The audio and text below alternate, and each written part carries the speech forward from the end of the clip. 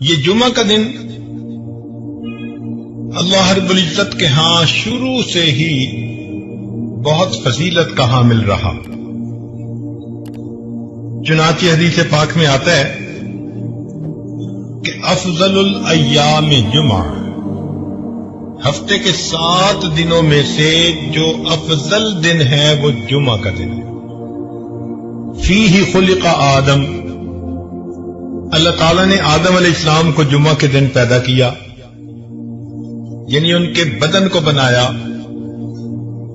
فیہ نفخ آدم، اور جمعہ کے دن ان میں روح بھی ڈالی، جسد بھی جمعہ کے دن، پھر جمعہ کے دن اس میں روح بھی ڈال دی گئی۔ پھر جب فرشتوں کا امتحان ہوا اور آدم علیہ السلام کو فرشتوں نے سجدہ کیا، وہ بھی جمعہ کا دن تھا۔ تو آدم علیہ السلام کو اللہ تعالی کی طرف سے خلافت ارضی جو ملی وہ بھی جمعہ کا دن۔ اسی لیے جب زمین پر اتارے گئے تھے آدم علیہ السلام تو وہ بھی جمعہ کا دن بنتا ہے۔ حضرت نوح علیہ السلام آدم ثانی کہلاتے ہیں۔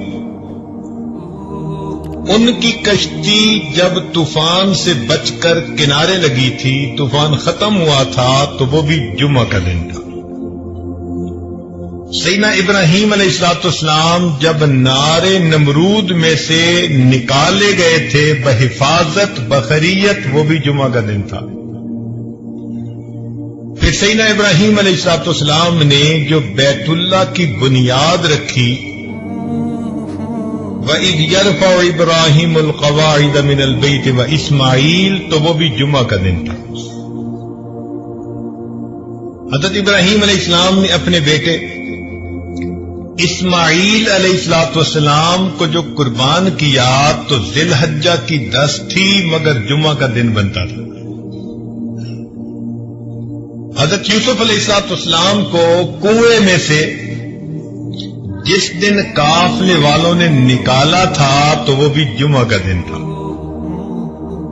اور مکہ مکرمہ جس دن فتح ہوا، اللہ تعالیٰ کا وعدہ پورا ہوا، ان الذی فرض علیک القرآن لرادک الی معاد، تو وہ بھی جمعہ کا دن۔ حتیٰ کہ غزوہ بدر جس دن پیش آیا وہ بھی جمعہ کا دن تھا۔ تو جمعہ کے دن کی اپنی ایک تاریخ ہے، اور اللہ تعالیٰ کے ہاں یہ دن بڑے شرف اور عزت کا دن ہے۔ اس کو جمعہ اس لیے کہتے ہیں کہ مسلمانوں کا اجتماع ہوتا ہے۔ عام نمازیں بے شک اپنے محلے کی مسجدوں میں پڑھیں،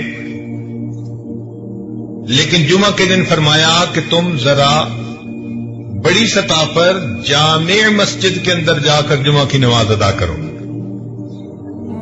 اس لیے جمعہ کی نماز کے لیے شرائط ہیں، ہر جگہ پر جمعہ کی نماز نہیں ہو سکتی۔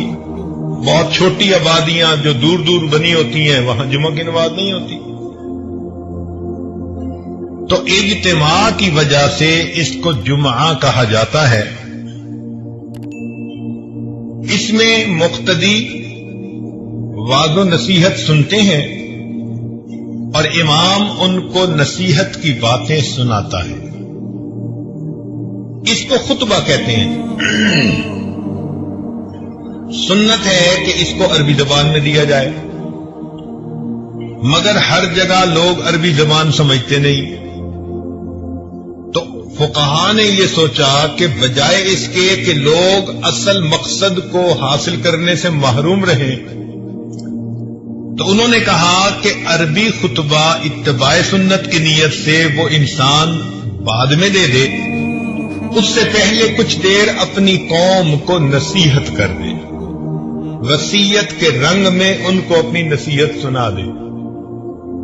اور یہ نصیحت اللہ تعالیٰ کو بہت پسند۔ اس کا اندازہ آپ اس بات سے لگائیے کہ عام دنوں میں ہم ظہر کی نماز 4 رکعت ادا کرتے ہیں،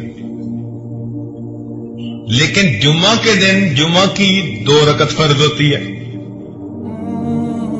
غور کرنے کی بات ہے کہ اللہ رب العزت کو امام کا اپنی قوم کو نصیحت کرنا، خیر کی طرف بلانا اتنا اچھا لگا کہ اللہ تعالیٰ نے فرمایا کہ اس خطبہ کو میں 2 رکعت کے قائم مقام بنا کر اپنے حق میں تخفیف کر دیتا ہوں، 2 رکعت بھی جماعت سے ادا کر لو گے، عبادت پوری ہو جائے گی۔